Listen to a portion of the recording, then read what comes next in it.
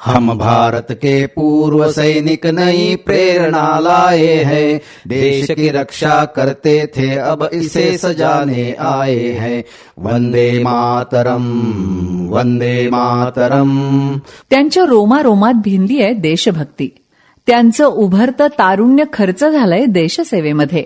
मंडळी, त्या काळात अहोरात्र प्रत्येक ऋतूत डोळ्यात तेल घालून त्यांनी केलंय भारताच्या सीमांचं रक्षण. युद्धजन्य परिस्थिती असो की नसो, शत्रूवर त्यांनी सतत ठेवलाय अंकुश. बर्फ की चोटी तपती रेती, सागर हो या हो खाई, शत्रुपोत और टैंक विमानों की देखो शामत आई। भारत के जल थल नभ सारे सदा बचाते आए हैं, देश की रक्षा करते थे अब इसे सजाने आए हैं। वंदे मातरम, वंदे मातरम। असे आपले तीनही दलाचे सैनिक, अधिकारी. खरंच आपल्या सगळ्यांनाच त्यांच्याबद्दल किती अभिमान वाटतो. ही मंडळी जेव्हा निवृत्त होऊन सिव्हिल लाईफ जगायला लागतात ना, तेव्हा सुद्धा त्यांच्या रक्तामध्ये भिनलेलं हे देशप्रेम तितकंच जागृत असतं.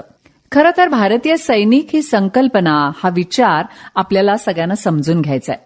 माजी सैनिक, त्यांच्या सुविद्य पत्नी, त्यांच्या वीरपत्नी, वीरमाता या सगळ्यांच्या अनुभवातून. त्यांना बोलतं करतायत veteran group captain Shrikant Walwadkar sir. बात मन की, सैनिक और परिवार की या खास कार्यक्रमात. चला तर ऐकूया. अपने श्रम अपने पौरुष से सब बाधाएं दूर करे, सद्शिक्षा और सद्विचार से मानवता को पुष्ट करे। महान राष्ट्र था पुनः बनेगा, लक्ष्य यही ले आए हैं, देश की रक्षा करते थे अब इसे सजाने आए हैं। वंदे मातरम, वंदे मातरम। गुड मॉर्निंग, सुप्रभात सर्व प्रेक्षकांचं. भारतातील या पहिल्या आणि आगळ्या कार्यक्रम ज्याचं नाव आहे बात मन की, सैनिक और परिवार की, या कार्यक्रमात सहर्ष स्वागत करतो. मी veteran group captain Shrikant Walwadkar, अखिल भारतीय पूर्व सैनिक सेवा परिषद पश्चिम महाराष्ट्र प्रांत चा अध्यक्ष आहे. आणि या कार्यक्रमाचं प्रयोजन अखिल भारतीय पूर्व सैनिक सेवा परिषद पश्चिम महाराष्ट्र प्रांत आणि ग्रीन FM 90.4 हे संयुक्त विद्यमान हा प्रस्तुत करत आहोत. आज आपल्या स्टुडिओमध्ये आलेले आहेत वेटरन कर्नल सुरेश गाडगीळ, हे मिरजेचे आहेत, आणि त्यांच्या सुविद्य पत्नी सौ वीणा गाडगीळ. तुमचं स्वागत आहे सर या स्टुडिओमध्ये. धन्यवाद. Thank you sir. सर, या कार्यक्रमाचं स्वरूप असं आहे की प्रत्येकाचे अनुभव निराळे आहेत. आपल्या लेडीजचे अनुभव निराळे असतात, आपले अनुभव निराळे असतात, आणि त्यातून सोसायटीला, समाजाला आपल्याबद्दलची माहिती कळावी या उद्देशानं आपण हा कार्यक्रम सुरू केलेला आहे.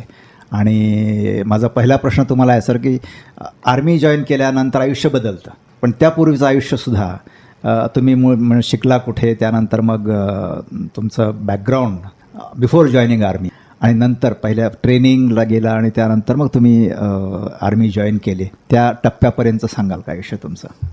नमस्कार. 1956 साली माझा जन्म झाला.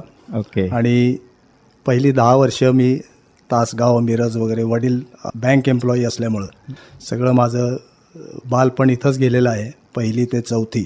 ओके. आणि मिरजेत मी भारतभूषण विद्यालय आहे मिरजेत, त्या ठिकाणी माझं 1ली ते 4थीचं शिक्षण झालं. ओके.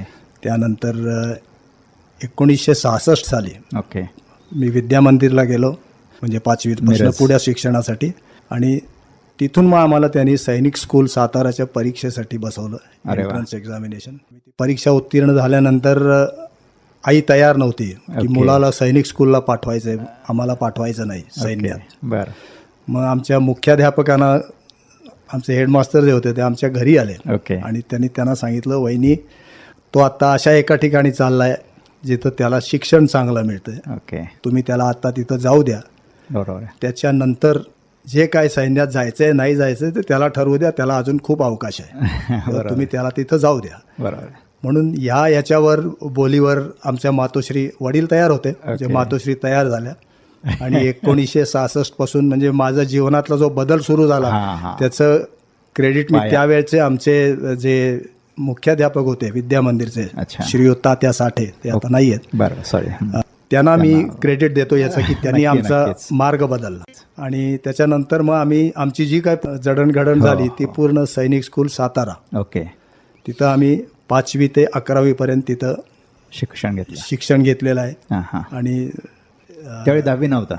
त्यावेळेला 10वी नव्हतं, त्यावेळेला 11वीला बोर्ड असायचा. बोर्ड असायचा. आणि तो सुद्धा सुरुवातीला आमच्या शाळेत बोर्ड होता ISCचा, Indian school certificate. Yes yes yes. त्याचं सेशन असायचं जानेवारी ते डिसेंबर. बरं बरं. राईट. आणि मग आम्ही 7वीत असताना ते बदललं, हायर सेकंडरी किंवा SSC असं झालं. ओके, बरोबर. म्हणून आम्ही 7वीत 1.5 वर्ष काढलं, म्हणजे आम्हाला 1 वर्ष आमचा लॉस झाला त्याच्यात, पण हरकत नाही. ठीक आहे. आयुष्यात 1 वर्ष म्हणजे काय फार मोठी गोष्ट नाही. बरोबर आहे. आणि आमचं जडणघडण आणि जी काय आम्हाला दिशा दाखवली किंवा ही एक तुम्हाला ऑप्शन आहे, पर्सनॅलिटी डेव्हलप होते, त्याच्यासाठी आम्ही ते पूर्ण क्रेडिट आमच्या सैनिक स्कूलच्या आमच्या सर्व स्टाफला, आमचे त्यावेळेचे पहिले प्रिन्सिपल होते ओके.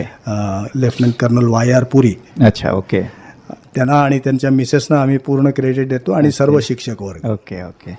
मग NDA तुम्ही. नंतर 1973 मध्ये मी NDAच्या परीक्षेसाठी पूर्ण सिलेक्शन माझं झालं, ओके. पण अनफॉर्च्युनेटली मी मेडिकली रिजेक्ट झालो. अरे बापरे. आणि मग I had to think of something else. Correct बरोबर आहे. म्हणून मी 1 वर्ष इकडं मिरजेत विलिंग्टन कॉलेजला फर्स्ट इयरला ऍडमिशन घेतली होती. Okay okay okay. Physics, chemistry, maths, म्हणजे म्हटलं काय नाही तर निदान इंजिनिअरिंग करावं, हो हो. म्हणून ती ऍडमिशन घेतली. बरं बरं. आणि 1 वर्षानंतर परत म्हणजे 1974ला परत UPSC SSB सगळं करून I finally got selected second time. Okay. And medically fit. हा, मेडिकली फिट. अच्छा, कारण that's हार्नियाचं ऑपरेशन करून घेतल्यावर असं, मग ओके, ओके. 1 वर्षानंतर मेडिकली फिट. That's nice.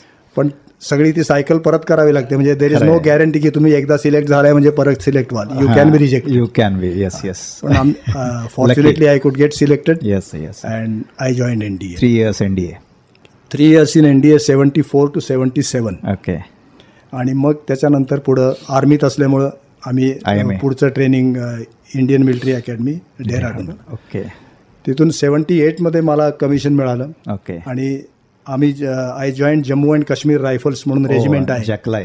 नाही, जॅकलाई नाही, जम्मू अँड काश्मीर रायफल्स. अच्छा. Okay okay. ते जॅकलाइट इन्फंट्री ही वेगळी रेजिमेंट आहे. हां. Okay. Jammu and Kashmir rifles. आणि फ्रँकली तुम्हाला सांगतो, आम्हाला ती रेजिमेंट काय आहे, कुठले काहीच ट्रूप्स कल्पना आहेत, नव्हती. काही माहित नव्हतं. बापरे. फक्त त्यांचा बॅज एवढा अट्रॅक्टिव्ह होता बेल्टवरचा. आमचे 1-2 इन्स्ट्रक्टर्स होते अच्छा, आमच्याकडे ओके. IMA. बरोबर आहे. तर ते असं लांबनं असा मोर नाचतोय असा तो बॅच दिसायचा. म्हटलं अरे हा बॅच छान आहे, आणि काळे बॅचेस वगैरे होय, लावायचे, होय, आणि correct, बेल्टवर तो correct. बॅच होता. बरोबर. फार छान दिसायचा तो. That's right, attractive. So that's how I opted for Jammu and Kashmir rifles infantry. Okay okay. And I got infantry. That's wonderful. Fighting मला बाकी कुठला आर्म नको होता, नकोच होता. आणि infantry I manage to get it. बहुत बढ़िया सर, बहुत बढ़िया. आणि then I joined a unit for JAK RIF. We reported in a regimental centre. Okay. Centre Jammu and Kashmir रायफलचं सेंटर जबलपूरला आहे. ओ अच्छा. बरोबर. तर तिथं आम्ही जॉईन झालो. Correct correct. आणि मग तिथून आमची पुढची आर्मीची वाटचाल बरोबर. सुरू झाली. This is how boy becomes officer. Officer becomes responsible citizen. This is the process. म्हणून कुणामुळे कुणाचं आयुष्य केव्हा कसं बदलेल सांगता येत नाही. साठे सर होते, पुरी सर होते, आणि तुम्हाला डेव्हलप केलं त्यांनी सर. ॲप्रिसिएबल थिंग. म्हणजे शिक्षक किती महत्त्वाचा आयुष्यामध्ये Definitely. मुलांच्या, ह्याचं उत्तम उदाहरण हे आहे सर. बहुत बढिया सर हे. आणि पहिली पोस्टिंगमध्ये असे काही अनुभव, हिंदी बोलणं किंवा कल्चरल शॉक येतो. म्हणजे त्या ठिकाणी पूर्ण इंडिया असतं. असं नाही की फक्त सांगलीपर्यंत आहे किंवा पश्चिम महाराष्ट्र आहे, असं नाही आहे. पूर्ण इंडिया एका युनिटमध्ये असतं. तो अनुभव कसा होता सर? आम्ही आर्मीत गेल्यानंतर थोडंसं आमचं ग्रोमिंग 5वी पासूनच झालेलं होय होतं. होय. म्हणजे बाबा शिस्त, किंवा सकाळी उठायचं, अमुक Correct, करायचं, correct. PT करायची, होय, होय. स्पोर्ट्स करायचं, काय असेल ते प्लॅन ठरलेला आहे तो. सगळं करायचं. बरोबर आहे. ते सगळं ती थोडीफार होती. ओके. आणि त्याच्या पुढं म्हणजे काय पॉलिश करायचं होतं ते आम्हाला NDA आणि IMA आमचं झालेलं होतं. बरोबर आहे. बरोबर आहे. आणि एवढं फक्त आम्हाला माहिती होतं की बाबा जम्मू अँड काश्मीर रायफल्स म्हणजे आमचे ट्रूप्स सगळे त्यातले जास्ती पंजाब, सरदार हिमाचल. हां. अच्छा. ओके. येस. आणि थोडेफार जम्मू. अच्छा. ओके. काश्मीरचे आमचे ट्रूप्स कमी आहेत. असं. बेसिकली आमच्या रेजिमेंटमध्ये डोगराज अच्छा. आणि सिख सिख जास्त असे ट्रूप्स आहेत. त्यामुळे हे अच्छा. पंजाब, हिमाचल आणि जम्मू बरं. या रिजनचे troops. Correct correct. North India. त्यामुळं- आणि कम्युनिकेशन त्यांच्याशी, त्यांची भाषा वगैरे. त्यांची भाषा डोगरी. अच्छा. Akin to Hindi. म्हणजे थोडंफार मोडकं तोडकं डोगरी ते जे बोलायचे ते आम्हाला कळायचं. आम्ही बोलू शकलो नाही तरी आम्हाला कळत होतं. आणि आम्ही जे हिंदी बोलायचो ते मग थोडेफार काही ठराविक शब्द आम्हाला कळायचे. बाकी आम्ही हिंदी बोलायचो ते त्यांना कळायचं. काय बरोबर. म्हणजे गोरखा रेजिमेंट सारखा प्रॉब्लेम नाही. हां हां. तो मोठा प्रॉब्लेम असतो. करेक्ट. बहुत बढिया असं हे सुंदर असं एक आयुष्य आपण क्रॉस केलेलं आहे लहानपणापासून. वेन वी लुक बॅक अभिमान वाटतो की येस, एका चांगल्या पद्धतीनं आपण पुढे गेलेलो आहोत. आता थोडा एक ब्रेक घेऊया सर. तुमच्या आवडीचं कुठलं गाणं आम्ही प्ले करावं? मुसाफिर वाह, वाह, yes. हूँ यारो, ना घर है ना ठिकाना. I take it that is the way. Yes, that's wonderful sir, बहुत बढ़िया. 90.4 Green FM. सुनो ग्रीन रहो एव्हरग्रीन. नमस्कार, परत एक स्वागत आहे. आगळा वेगळा कार्यक्रम ज्याचं नाव आहे बात मन की सैनिक और परिवार की. हा कार्यक्रम अखिल भारतीय पूर्व सैनिक सेवा परिषद पश्चिम महाराष्ट्र प्रांत आणि 90.4 ग्रीन FM ह्यांच्या संयुक्त विद्यमानं प्रस्तुत होत आहे. आज आपल्या स्टुडिओमध्ये आहेत वेटरन कर्नल गाडगीळ आणि त्यांच्या सुविद्य पत्नी सौ वीणा गाडगीळ मॅडम. ब्रेकवर जाण्यापूर्वी आपण बघितलं होतं की यंग एज, काही माहीत नाही, मिरज सोडून डायरेक्ट जबलपूरला जातात रेजिमेंटल सेंटरमध्ये.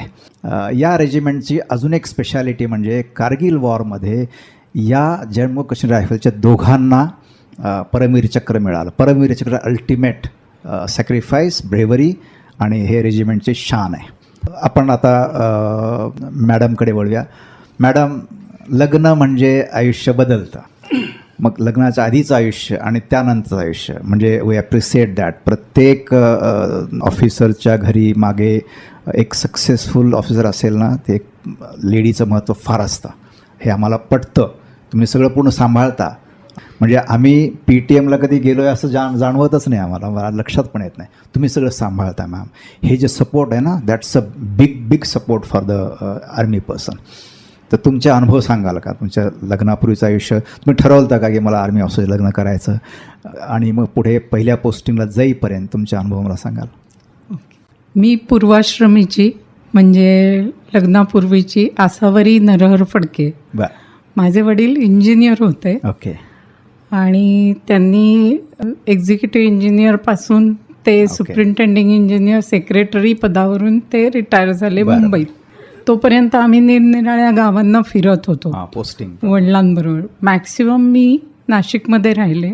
नाशिकमध्ये पुष्पावती रुंगठा हायस्कूलमध्ये माझं 8वीपर्यंतचं शालेय शिक्षण झालं. राईट. ओके. त्याच्यानंतर आम्ही वर्धा, नागपूर बरं. या ठिकाणी थोडं शालेय शिक्षण, थोडं कॉलेजचं शिक्षण माझं झालं. त्याच्यानंतर आम्ही परत नाशिकला गेलो. ओके. नाशिकमध्ये BYK कॉलेज ऑफ कॉमर्समध्ये मी कॉमर्स ग्रॅज्युएट झाले. Okay, great. मग वडिलांची बदली दिल्लीला झाली. अच्छा. अरे बापरे. दिल्लीला झाल्यानंतर मग प्रश्न आला की आता काय करायचं. खरंय. म्हणून मग आम्हा मुलांना, म्हणजे मला आणि माझ्या भावाला पुण्यात ठेवण्यात आलं. मी तिथं गरवारे कॉलेजला फर्स्ट इयर MCOMला ऍडमिशन घेतली. PG. त्याच दरम्यान माझं लग्नाचं पण आई बघायला लागली होती की आता झालं MCOM झालं की लग्न करून टाकायचं. त्या दरम्यान म्हणजे माझे वडील आणि ह्यांचे मावसाजी हे दोघं जण मित्र होते. आणि आमचं लग्न असं ओळखीतनं ठरलं. ठरलं म्हणजे बघण्याचा कार्यक्रम ठरला होता. माझा मामा पण आर्मीत होता. अच्छा. अरे वा. ओके. शॉर्ट सर्व्हिस कमिशन मध्ये तो कॅप्टन म्हणून रिटायर झाला. वेटनरी डॉक्टर होते ते. आणि तो मला म्हटला की तो इन्फंट्रीत आहे, फायटिंग आर्म आहे. हां, तर तुला करायचं की नाही नीट विचार कर. तुला एकटीला खूप राहावं लागेल. तुझ्या मुलांकडे पूर्ण जबाबदारी तुझ्यावर असेल. घराची जबाबदारी असेल तुझ्यावर. तर ती तू घेणार आहेस की नाही ह्याचा खूप विचार कर आणि मग ठरव. बरोबर आहे. म्हटलं आधी बघूया तर खरी काय होकार येतो नकार येतो त्याच्यावर ठरवू. पण म्हणजे मला असं वाटत होतं की आपण आर्म फोर्सेसवाल्याशी कुणाशी तरी लग्न करावं. अशी माझी इच्छा होती. आणि माझे आई वडील माझ्यासाठी सरकारी नोकरीतला मुलगा शोधत होते किंवा चांगलं म्हणजे आयुष्य जाईल, आतापर्यंत जसं आरामात गेलं तसंच जाईल, अशा पद्धतीत चालू होता शोध. मग अखेरीस आमचा बघण्याचा कार्यक्रम होऊन आमचं लग्न ठरलं. लग्न ठरल्यानंतर मात्र सगळंच बदललं. I can understand. कारण आम्ही लगेच लडाखला गेलो. ओके. ओ, पहिली पोस्टिंग तुम्ही जॉईन झाला ते लडाखला? ते फील्ड वरती होते. बरोबर आहे. पण मला 3-4 महिने काहीतरी अलाउड होतं, त्याच्यात आम्ही गेलो होतो. तिथून आम्हाला लडाख स्काउट्स म्हणून रेजिमेंट. Yes correct. अच्छा. बरोबर. अरे वा. ओके. राईट. तिथे आम्ही पेरेंट्स बनण्याचा निर्णय घेतला. ओके. राईट. आणि मग माझं शिक्षण मात्र थांबलं. Good ma'am. पण लेह म्हणजे माझी पहिली पोस्टिंग लेह होती सर 84 मध्ये.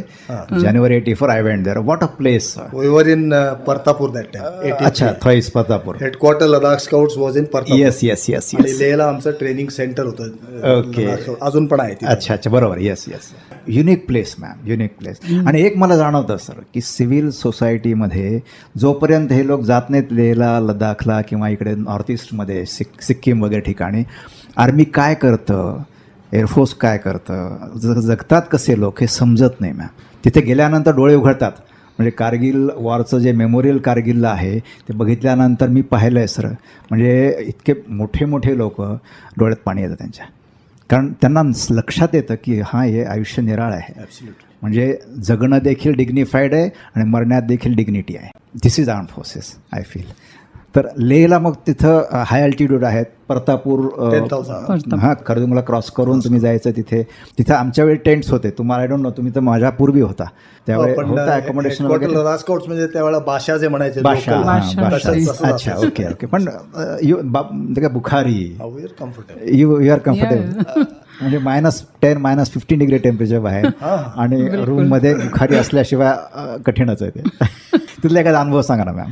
तिथला अनुभव म्हणजे तिथं गेल्यानंतर पहिले 4 दिवस आम्हाला टेंटमध्ये ठेवलं होतं. Yeah. टेंटमध्ये तर तो सहाय्यक येऊन बाथरूम वगैरे ते सगळं घेऊन जायचा आणि असं- असं. टाकायचा. ते बरोबर. मला फार ऑड आहे वाटायचं. नाही त्यावेळेची ती कंडिशन होती. हा, म्हणजे त्यावेळेची ती कंडिशन तशी होती. बरोबर आहे. मस्त. हां. त्याच्यानंतर बाशामध्ये गेलो. बाशामध्ये ठीकठाक होतं, म्हणजे अच्छा, प्रॉपर बरोबर. हां, हां. व्यवस्थित होतं होय, सगळं. करेक्ट.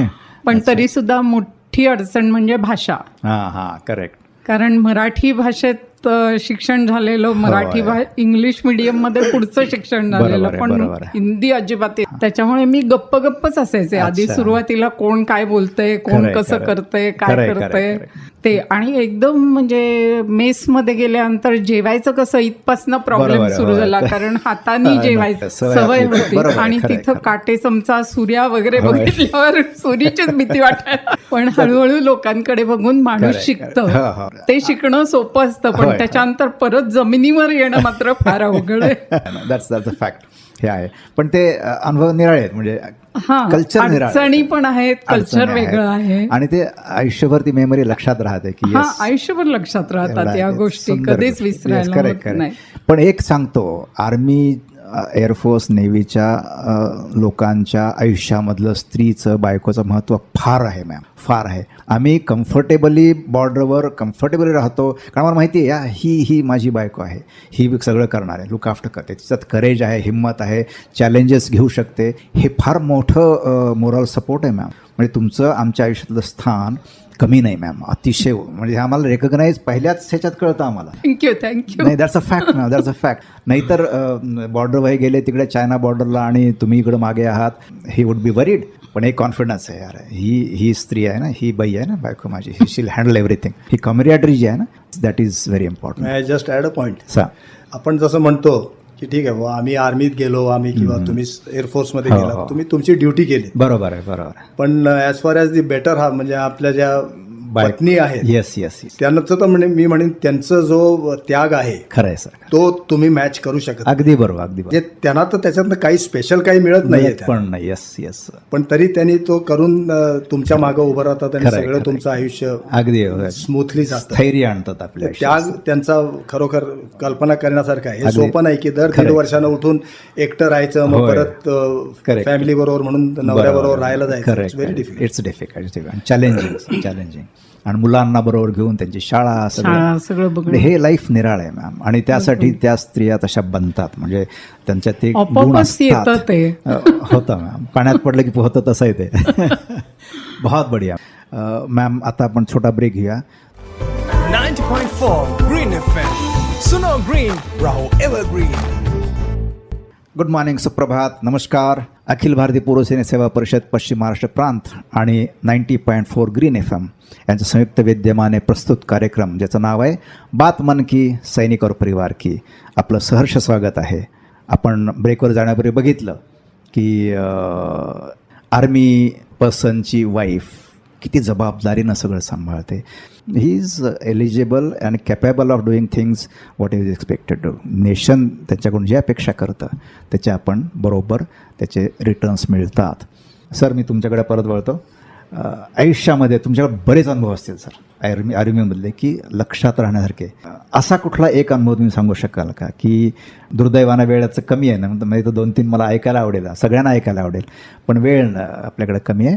तर एक अनुभव असं सांगा की ज्यामुळं अभिमान वाटतं, यार मी आर्मी जॉईन केली, आयुष्यात चांगलं घडलं माझं. बेसिकली अनफॉर्च्युनेटली जेवढी ही ऑपरेशन्स आहेत होय होय आत्तापर्यंतची, ॲक्टिव्हली इन्व्हॉल्वमेंट आमची कधी नव्हती. असं आता हे लोकांना कळायची आवश्यकता आहे हां हां की जिथं कुठं काही फ्लॅश पॉईंट होईल किंवा कुठं काही लढाई सुरू होईल Conflicts. तिथं पूर्ण आर्मी तिथं येऊन कॉन्सन्ट्रेट होत नाही. नसते बरोबर आहे. त्यामुळे प्रत्येकाला आपापली जबाबदारी, आपापला एरिया तो आपण बघायचा असतो. बरोबर आहे. आणि आमचं इन्फंट्रीचं जीवन म्हणजे आम्ही तर म्हणतो जे तुमचं पोस्टवरचं लाईफ आहे किंवा फील्ड एरियातलं लाईफ बरोबर आहे, आहे. That itself you are fighting every day. Challenging. Yes. आणि त्याच्यात बेसिकली आम्ही एवढंच बघायचो की आपल्या निष्काळजीपणामुळं हां हां किंवा आपल्या मूर्खपणामुळं आपल्या जवानांचं किंवा आपल्या ऑफिसरचं नुकसान होऊ नये. That's very important. कारण कसं आहे, ह्या सगळ्यांना ट्रेन करायसाठी आर्मीने आणि सरकारने भरपूर त्याच्यात पैसा आणि मेहनत घेतलेली खरं आहे. आहे खरं आहे खरं आहे. त्यामुळं आपल्या out of shear madness casualty होता का खरं मला. आहे, येस, खरं आहे. वेअर रिक्वायर्ड तुम्हाला ऑपरेट करायचं आहे, you have to operate. Yes yes. आणि जसं आम्ही फील्ड एरियात असतो, आमची काही पोस्ट आहेत 100 मीटर 50 मीटर. आता पूंछ एरियात वगैरे आम्ही ज्या भागात होतो, बरोबर. गुत्रिया वगैरे ही जी पोस्ट आहेत, अच्छा. तिथं कंटिन्युअस फायरिंग चालू असतं, दिवस रात्र चालू असतं. बापरे. तेव्हा तुम्ही ट्रेंचमधून डोकं वर काढायची हे नाही, तुम्ही काढलं तर you are liable to get. Risk आहे. त्यामुळं that you have to be very careful. आणि अशा पद्धतीने तुम्हाला ऑपरेट करावं लागतं की तुमच्या निष्काळजीपणामुळे बस, किंवा जवानाच्या निष्काळजीपणामुळे काळजी घेणे. विशेषतः आम्ही जेव्हा ग्लेशियरवर होतो, हां हां आम्ही टोटल आम्ही सदर्न ग्लेशियरला असल्यामुळे आमचं टोटल टेन्युअर 6 महिन्याचं असतं. बाकी नदर्न ग्लेशियरवर वगैरे टेन्युअर 3 months 3 महिन्याचं असतं. तिथं 6 महिन्याचं अरे असतं. बापरे. But 3 months at a time. या ओके. तिथं असताना सुद्धा आम्ही हीच काळजी घ्यायचो की पेट्रोल्स किंवा असे जेव्हा जवान बाहेर जातात बरोबर. तेव्हा त्यांनी ज्या काही त्यांना इन्स्ट्रक्शन दिलेल्या आहेत त्या त्यांनी व्यवस्थित पाळल्या पाहिजे. पाहिजे. बरोबर. कारण तिथं तुम्ही निसर्गाशी लढताय. होय अगदी अगदी बरोबर. तुम्हाला एनिमी ऍक्शनमुळे फार काही होण्याची शक्यता कमी आहे. पण तुम्ही निसर्गाशी लढताय आणि you have to be careful. Yes yes yes. तरी आमचं युनिट जेव्हा 1992 मध्ये ऑगस्ट 1992 मध्ये आम्ही तिथं डिप्लॉईड होतो. ओके. CHN. त्यावेळेला बहादूर पोस्ट म्हणून एक पोस्ट होतं. येस येस बरोबर आहे. तर त्या तिथं एक तुम्ही त्याला म्हणू शकता एक मिनी कारगिल सारखं ऑपरेशन झालं. अच्छा. ओहो. म्हणजे कारगिलमध्ये कसं ते वर येऊन बसले होते, मग तुम्हाला बरोबर finally you have to go and capture. Yes yes. तसं आमच्या युनिटच्या बाबतीत झालं होतं. आमचं एक आर्टलरी ओपीचं पोस्ट होतं. ओके. तिथे एक 3-4 जवान दिवसा जायचे, बहादूर पोस्ट म्हणून दिवसा वर जायचे, रात्री परत यायचे किंवा बॅड वेदर असेल 2-3 दिवस तर जायचे नाही. हां हां. अशा पद्धतीने ते आम्ही करत होतो. ओके. एक दिवस तिथं जाऊन त्यांच्या इथं आमचे जवान वर जात असताना वरनं फायर आलं. Oh my goodness. एनिमी. आणि मग त्यांना कळणार हे काय कोण आलं म्हणून. बरोबर आहे. दे were taken a back unexpected. खरं आहे खरं आहे. They had to fall back. Okay. मग त्याच्यानंतर त्यांनी कम्प्लीट ते ऑपरेशन साईडच्या पोस्टवरून त्यांना कव्हरिंग फायर वगैरे देऊन. ओके. आणि मग आमचा प्लाटून एक आमचे कर्नल दिनकर पंढेरे म्हणून त्यावेळेचे कॅप्टन, बरोबर. ते आमच्या युनिटचे त्या पार्टीला घेऊन गेले. Okay okay. We went and finally occupied that post. Okay okay. आणि जेव्हा त्यांनी खाली पलीकडे बघितलं खालच्या बाजूला, अच्छा, तिथं पाकिस्तानच्या पूर्ण त्यावेळेला त्या फायबर ग्लास हट्सचा वगैरे एक जवळजवळ 70-80 लोक राहतील असा तिथं कॅम्प तयार केलेला. अरे बाप. ती जी बॅड वेदर होते पॅच 8-10 दिवसाचा, त्याचा गैरफायदा घेऊन त्यांनी तिथं तो कॅम्प तयार केला होता. आणि त्यावेळेला पोस्टवर वरच्या बाजूला कोणी नव्हतं. ओके. कारण जसे हे घाबरले फायर झालं आणि अनएक्सपेक्टेड, बरोबर, तसं इकडून फायर झाल्यावर त्यांचे जे कोण एखाद दुसरा माणूस वर पोहोचला असेल तोही घाबरून खाली गेला. खरंय खरंय. We manage to get hold of that post. Yes yes yes. आणि नेक्स्ट डे पाकिस्तानी त्यांचा एक commander, brigade commander, brigadier Ansari का असं काय त्यांना. अच्छा. He was coming in a chopper. See that. Oh I see. That time एक इगला मिसाईल आमच्या पोस्टवरून फायर केली होती. Okay okay. And he they manage to shoot down that helicopter. Oh my goodness. त्या ऑपरेशन मध्ये त्याला operation त्रिशूल शक्ती नंतर नाव दिलं होतं. बरं बरं. हा. आणि it was not known to the media, not That's true. Disclose नाही, एनिवेअर, नाही, खरं. कारण त्यावेळेला मला वाटतं सेक्रेटरी लेवल टॉक्स काहीतरी चालू चालले होते. हां हां म्हणून ते त्यांनी केलं नाही. Right. पण Pakistan suffered total of 4 officers including brigade commander, oh my God, 40 brigadier soldiers okay, आणि देवर अबाउट 30 इंजुर्ड. ओ म्हणजे हे यांना कळलं कसं नंतर जे तिथनं त्यांना इव्हॅक्युएट करत होते हां, त्यावेळेला हां, आमचे लोक वरती होते, ते खाली बघत होते, not firing at them, but we could see what. Yes yes, नंतर मग ते मीडियात ते entire operation was played down. म्हणून आमच्या युनिटला फक्त मला वाटतं 5 का 6 सेना मेडल मिळाले. Okay okay so it was played down.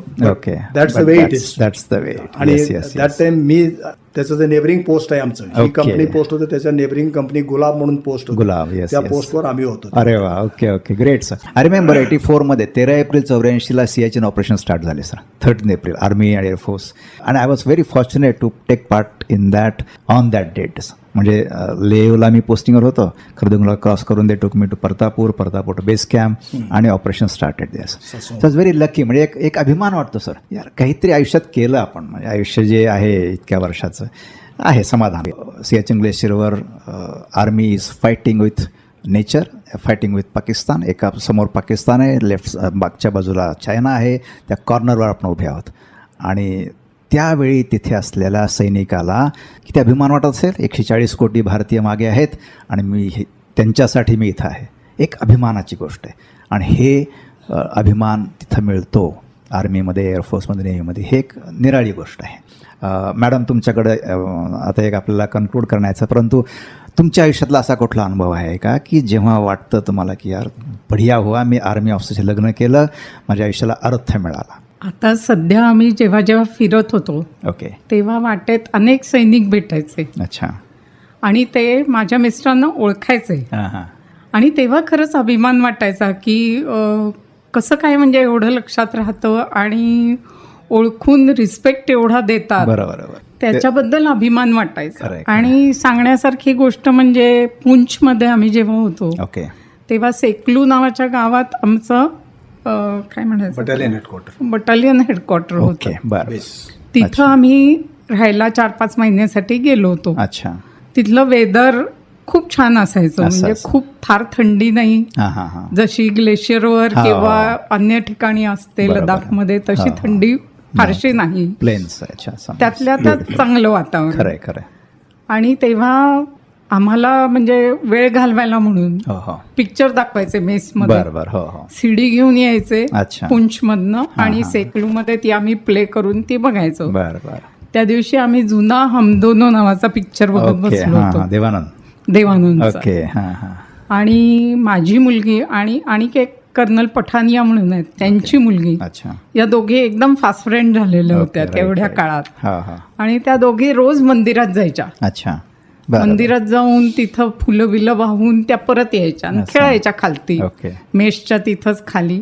किती लहान होत्या म्हणजे? 3 वर्षाची, लहान 3-3.5 वर्षाची बरं. असेल बरं. माझी मुलगी तेव्हा. असं. आणि ती अनफॉर्च्युनेटली खेळता खेळता खालच्या मजल्यावर पडली. अरे बापरे. पडल्यानंतर हेड इंजुरी सारखं झालं होतं हो, तिला. हो. हेअरलाईन क्रॅक होता. हो. मग तिथून पुंछमधून सेकलूमधून पुंछमध्ये जायला लागलं. ओके. हो. आणि त्या दिवशी इतकं बॅड वेदर, इतका पाऊस, अरे बापरे. पूर्ण ओढ्याला पूर आलेला. हो. मध्ये जायला पण आम्ही कसे बसे 3 जण क्रॉस झालो. असं. आमच्याबरोबर एक डॉक्टर होते. अच्छा.